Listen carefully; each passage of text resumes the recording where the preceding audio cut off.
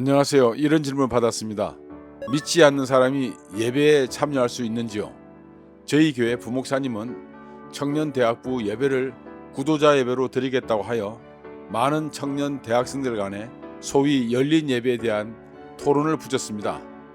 구도자란 아직 구원의 확신이 없는 자가 신앙을 갖기 위해 탐구하고 모색하는 과정에 있는 사람이라고 할 수 있는데, 아직 예수님을 주로 고백하지 않는 그들이 어떻게 예배를 드린다는 것인지요?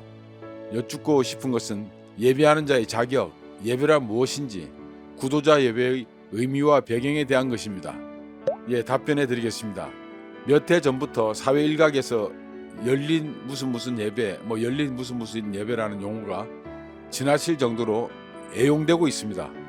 교회나 여타의 기관에서도 예외는 아닌 것 같습니다. 물론 이 용어가 담고 있는 상징적 의미를 생각한다는 측면에서 부정적으로 단정할 필요는 없다고 생각합니다. 다만 폐쇄적 상황이나 고착된 형식 또는 정형화된 틀을 벗어나자는 취지로 비롯된 것으로 이해하면 무리가 없을 것입니다.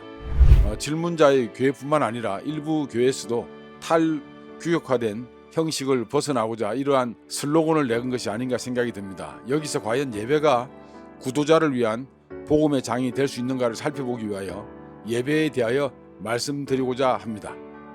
예배의 용어적 의미를 살펴보겠습니다. 기독교에서 예배란 인간이 하나님께 최고의 가치를 드리는 행위라고 정의 내릴 수 있습니다.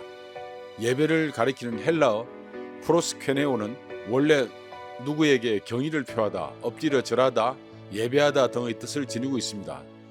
또 하나의 예배를 의미하는 헬라어 라트레이아는 라트리오에서 기원하고 있는데요. 이때 라트리오는 섬기다, 받들다, 봉사하다라는 의미가 있습니다. 두 용어를 통하여서 예배에는 하나님에 대한 존경과 헌신이 담겨져 있음을 알 수 있습니다.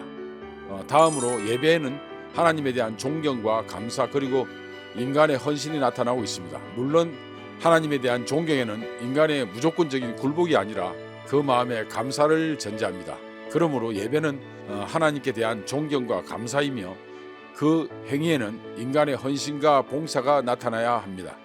여기서 존경과 감사는 요한복음 4장 23절에서 언급하고 있듯이 예배에는 신령과 진정이 나타나야 한다는 말과 상통하는 것입니다. 그리고 다음에는 예배에는 그리스도의 임재가 있습니다.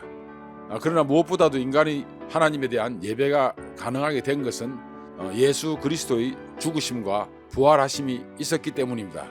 이러한 점에서 예배에는 기독론적인 요소가 강조되고 있는 것입니다.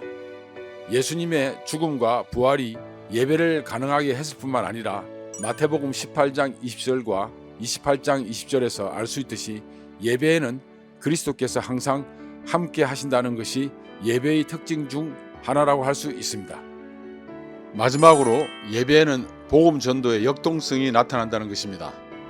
또한 예배에는 그리스도를 통한 하나님의 인간의 구속 사업이 성도의 신앙 고백에 의하여 재차 확인되고 미래로 지향되고 있음이 나타나고 있습니다.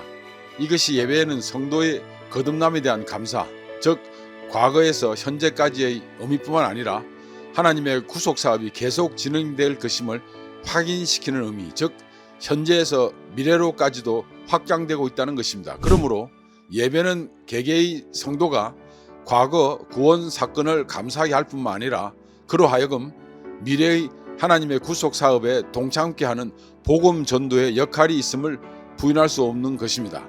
따라서 소극적 의미에서 예배는 과거 그리스도의 보혈을 통한 구원 사건에 대한 지금 현재적 감사라면, 적극적 의미에서 그 감사의 고백이 지금 현재로 끝나는 것이 아니라 앞으로의 불신자들에게까지 복음이 공유될 수 있게 하는 원동력이 되게 한다는 것입니다. 결론적으로 거듭난 자만이 예배 드릴 자격이 있지만 동시에 그 예배에 대한 그리스도의 보혈이 구속사업으로 기억되고 이를 위한 성도의 역할, 즉 복음 전도에 대한 다짐과 실천 의지가 기대된다는 점에서 불신자들에게는 복음의 장인 것입니다. 감사합니다. 다음 시간에 또 뵙겠습니다.